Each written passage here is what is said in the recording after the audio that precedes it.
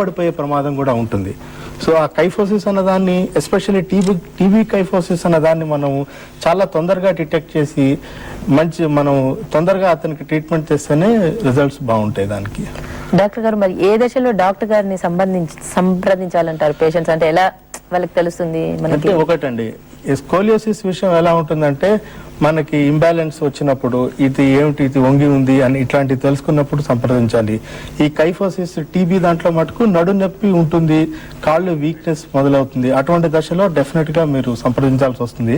కానీ నా ఉద్దేశంలో వీక్నెస్ అవి వచ్చేంత వరకు ఆగనవసరం లేదు.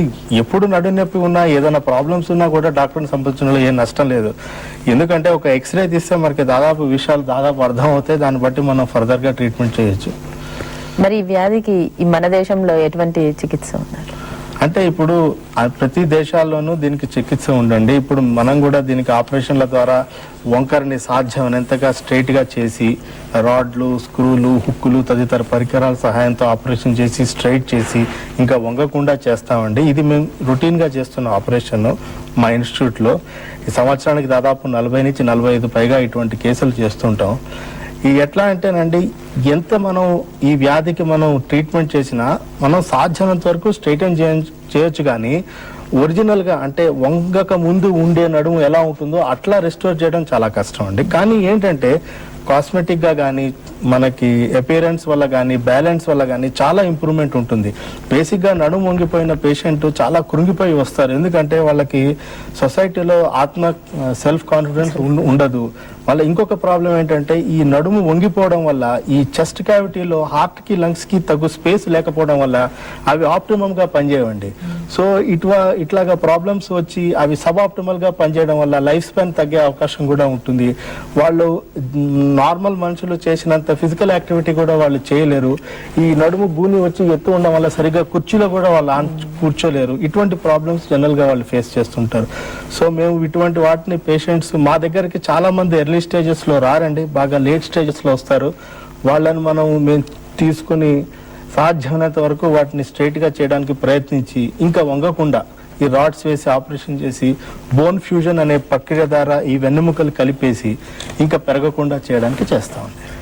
డాక్టర్ గారు, వెన్నెముక వంగిపోయినప్పుడు మరి బరువంతా ముందు వైపుకి వచ్చినప్పుడు ఈ ముందు వైపు మజిల్స్, ముందు వైపు ఎముకలకి ఏమి ప్రమాదం? అంటే ప్రమాదం అని కాదండి. ఇప్పుడు ఏమవుతుందంటే వెన్నెముక, నేను దాని గురించి చెప్తున్నాను. వెన్నెముక as you said it is back bone అనమాట. ఈ బ్యాక్ బోన్ కి పక్కటెముకలు అన్ని అటాచ్ అయి ఉంటాయండి. ఇది వంగిపోవడం వల్ల ఏమవుతుందంటే అవి కూడా సెకండరీగా వంగి లోపల హార్ట్ కి, లంగ్ కి కెపాసిటీ తగ్గుతుంది అనమాట. అట్లా ఇండైరెక్ట్ గా ఎఫెక్ట్ అవుతాయి. సో ఇది సరి చేసినప్పుడు అవి కూడా సాధ్యమైనంత వరకు సర్దుకుంటాయి. వాటంతటవే సర్దుకుంటాయి. ఎందుకంటే మేము ఈ ప్రక్రియ ద్వారా ఇది స్ట్రైట్ చేసినప్పుడు, ఇప్పుడు వంగిపోయి ఉన్న పరిస్థితి అది స్ట్రైట్ చేసినప్పుడు మళ్ళీ అది కరెక్ట్ అవుతుంది. డాక్టర్ గారు, మరి విదేశాల్లో దీనికి చాలా రకమైన అంటే కొత్త పద్ధతులు అవన్నీ వచ్చాయన్నారు. మరి మన దేశంలో కూడా అవి లభిస్తాయి? మన దేశంలో కూడా ఇప్పుడు అన్ని అవైలబుల్ ఉన్నాయండి. దాదాపు ఆల్ సార్ట్స్ ఆఫ్ ఈ స్పైనల్ ఇన్స్ట్రుమెంటేషన్ ఇప్పుడు విదేశాల్లో ఉన్నది మన దగ్గర ఉంది. కానీ పైపెచ్చు అవి చాలా ఎక్స్పెన్సివ్, అంతకుమించి ఏం లేదు. ఒకటేంటంటే విదేశాల్లో ఉంది, మన దగ్గర లేని అని అంటే స్కూల్ స్క్రీనింగ్ ప్రోగ్రామ్స్ అంటారు. స్కూల్ స్క్రీనింగ్ ప్రోగ్రామ్స్ అంటే ఒక అబ్బాయి కానీ ఒక అమ్మాయి కానీ ఇగో వెన్ను వంకర వచ్చింది, ఇట్లా ప్రాబ్లం వచ్చింది అని చెప్పక ముందే స్కూల్కి వెళ్ళి వాళ్ళందరినీ ఒక ట్రైన్డ్ నర్స్ కానీ ఎవరైనా కానీ పరీక్ష చేసి, ఇట్లా రిస్క్ ఉన్న వాళ్ళని అందరినీ ఎంపిక చేసి వాళ్ళకి ఎక్స్రేలు తీసి చూసి ఇట్లా ప్రాబ్లమ్స్ ఉన్నాయా లేవా అని చెక్ చేస్తారండి. అది స్కూల్ స్క్రీనింగ్ ప్రోగ్రామ్స్ అంటారు. అవి చాలా విస్తృతంగా ఇదివరకు చేశారు. వాళ్ళు దాని నుంచి ఒక టాక్టిక్ మార్చి ఏంటంటే, కొంచెం జ్ఞానం వచ్చిన పిల్లలకి వాళ్ళే ఇట్లాంటి సెల్ఫ్ హెల్ప్ బ్రోషర్స్ ఇచ్చి అది చదువుకుని ఇట్లా ఏమన్నా ఉంటే మీరు రండి అని కూడా ఇప్పుడు విదేశాల్లో చెప్తున్నారు. కానీ మన దగ్గర పాపులేషన్ చాలా ఎక్కువ అవడంతో ఇటువంటి స్క్రీనింగ్ ప్రోగ్రామ్స్ ఇంతవరకు ఎవరు చేపట్టలేదండి. డాక్టర్ గారు, కిఫోసిస్ అన్నారు కదండి, కైఫోసిస్ అన్నారు, మరి దాని గురించి కొంచెం చెప్పండి. ఈ స్కోలియోసిస్ అనేది ఇట్లా ఫ్రంటల్ ప్లేన్ లో అంటే ముందు నుంచి చూస్తే వంగి ఉంటుంది అని చెప్పాను కదా, ఎస్ ఆకారం గానీ సి ఆకారం గానీ. కైఫోసిస్ అంటే ఇట్లా వంగి ఉంటుందండి. ఈ కైఫోసిస్ అన్న దాంట్లో ఏంటంటే ముఖ్యంగా మనం చూసుకోవాల్సింది ఏంటంటే మనిషి హైట్ పూర్తిగా తగ్గిపోతుంది. ఈ తల ఇక్కడ ఉంటుంది అనుకోండి, ఇట్లా ఇట్లా ఇట్లా వంగిపోతుంది. మీరు చూసే ఉంటారు బాగా ఏజ్డ్ పీపుల్ అంటే 75, 80, 85 వైపు వంగుతారా అండి? ముందు వైపు వంగుతారు కైఫోసిస్ అంటే. వెనక వైపుకు వంగేదాన్ని లార్డోసిస్ అంటామండి. ఆ లార్డోసిస్ అనేది నార్మల్ గా మనకి లంబార్ స్పైన్ లోనే ఉంటుంది. కైఫోసిస్ అంటే ముందు వైపు వంగడం. ఇది వెన్నెముక అనుకోండి, ఇది ముందు భాగం, ఇది వెనక భాగం. కైఫోసిస్ అంటే ఇట్లా వంగిపోవడం అనమాట. ఈ ఆస్టియోపోరోటిక్ ఫ్రాక్చర్స్ వల్ల వెన్నెముకలన్నీ నొక్కుకుపోయి బాగా ముసలి ఏజ్ లో, ఏది 85, 75 ఆ ఏజ్ లో ఉన్న వాళ్ళు బాగా ముందుకు వంగుతారండి. దాన్ని కైఫోసిస్ అంటాం. ఆ కైఫోసిస్ అన్నది స్కోలియోసిస్ లాంటిదే, అంటే అది వేరే ప్లేన్ లో ఉంటుంది. స్కోలియోసిస్ అన్నది ఈ ప్లేన్ లో ఉంటుంది. కొన్నిసార్లు ఏమవుతుందంటే ఈ కైఫోసిస్ స్కోలియోసిస్ రెండు కలిపి ఉంటాయండి. దాన్ని కైఫోస్కోలియోసిస్ అంటాం. యాక్చువల్గా తెలుగులో మనకి వెన్నువంకర, గూని అనడం తప్ప వేరే కరెక్ట్ టర్మినాలజీ నాకు ఇంతవరకు అగుపడలేదు. కాబట్టి మేము స్కోలియోసిస్, కైఫోసిస్ అనే చెప్తూ ఉంటాం. కానీ జనరల్గా మన పబ్లిక్ గూని అంటేనే బాగా అర్థం అవుతుందండి. డాక్టర్ గారు, స్కోలియోసిస్ కి ఆపరేషన్ అవసరమా లేదా వేరే చికిత్సా విధానాలు ఉన్నాయండి? అంటే స్కోలియోసిస్ కి బేసిక్ గానండి నేను చెప్పాను కదా, ఒకటి ఎస్ ఆకారంలో కానీ సి ఆకారంలో ఉంటుందని. కానీ వీటిల్లో ఏంటంటే మేము ఒక ఎక్స్రే తీసి దానికి ఎంత తీవ్రంగా ఉంది స్కోలియోసిస్ అనేది నిర్ధారిస్తామండి. దాన్ని ఏమంటారంటే కాబ్స్ యాంగిల్ అంటాం. అంటే వెన్నెముక వంగి ఉన్న ఎముక, ఆ వంగిన ఎముకని కాంపన్సేట్ చేయడానికి తిరిగి వెన్ని ఉన్న ఎముకలని పరిగణలోకి తీసుకుని ఒక లైన్స్ డ్రా చేస్తామండి. దాన్ని కాబ్స్ యాంగిల్ అని ఒకటి చెప్తాము. ఈ కాబ్స్ యాంగిల్ అన్న దాన్ని బట్టి బేసిక్ నిర్ణయం ఉంటుందండి. ఇదంతా నేను చెప్పింది ఇడియోపతిక్ స్కోలియోసిస్కి. కంజెంటల్ స్కోలియోసిస్ నిర్ణయ విధానాలు వేరే ఉంటాయి. అది మన టాపిక్కి మరీ ఎక్కువ కాబట్టి నేను ఇప్పుడు అది డిస్కస్ చేయను.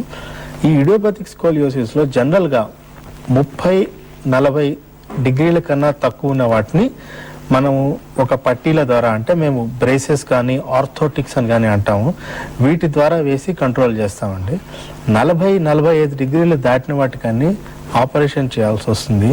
10 డిగ్రీల కన్నా తక్కువ ఉన్న చిన్న చిన్న మైల్డ్ కర్వ్స్కి ఏమి ఆపరేషన్ చేయమండి. ఎందుకంటే అది it is taken as a జనరల్గా నార్మల్సీకి కొంచెం అటు ఇటు ఉంటాయి కాబట్టి అవి ఏం పెరగవు. 10 డిగ్రీల కర్వ్స్కి ఏమి వైద్యం అవసరం లేదు. కానీ 20-40 వరకు ఉన్న డిగ్రీ ఈ వంకర ఉన్న వీటికన్నిటికీ బ్రేసెస్ ద్వారా ట్రీట్మెంట్ ఇస్తాము. అడ్వాంటేజ్ ఏమంటే ఈ బ్రేస్ ద్వారా మనము కర్వ్ని సాధ్యమైనంత వరకు కంట్రోల్ చేసి ఎక్కువ పెరగకుండా చూస్తాం. ఒకవేళ ఒక పేషెంట్ మెచ్యూరిటీ, అంటే మనకి అబ్బాయిల్లో 17 years 18 years అనుకోండి, అమ్మాయిల్లో 15-16 years అయ్యే టైంకి ఒకవేళ ఆ కర్వ్, ఆ వంకర ఒక 40 డిగ్రీలకి ఆగిపోతే ఇంకా లైఫ్లో ఇంకా పెరగదు అని మనం అనుకుంటాం. కానీ అదే వంకర ఆ ఏజ్లో 50 డిగ్రీల కన్నా ఎక్కువ ఉంటే ఇంక కంపల్సరీగా ఆపరేషన్ చేయాల్సి వస్తుందండి. అంటే ఆ ఇన్హెరెంట్ లిమిట్ మనకి అరౌండ్ 40 degrees అండి. 40 degrees లోపు వాటిని యాజ్ యూ సెడ్ మనం ఈ బ్రేసెస్ కానీ ఈ ఆర్థోటిక్స్ ద్వారా కానీ ట్రీట్ చేస్తాం. డాక్టర్ గారు, మరి ఈ స్కోలియోసిస్ ఆపరేషన్ చేయడం వల్ల ఏమైనా దీర్ఘకాలిక సమస్యలు వచ్చే అవకాశం ఉందా? స్కోలియోసిస్ ఆపరేషన్ బేసిక్గా దీర్ఘకాలిక సమస్యల నుంచి పేషెంట్కి కొంచెం ఉపశమనం కలిగించే దానికోసం చేస్తామండి. ఆపరేషన్ అంటే ఎనీ ఆపరేషన్, ఏ ఆపరేషన్ కన్నా కొన్ని సైడ్ ఎఫెక్ట్స్ లాంటివి ఉంటాయి. అలాంటి చిన్న కాళ్ళకి ముళ్ళు తీయడానిలో కూడా ఏదైనా ప్రాబ్లం రావచ్చు. నేను దాని గురించి మాట్లాడతలేదు.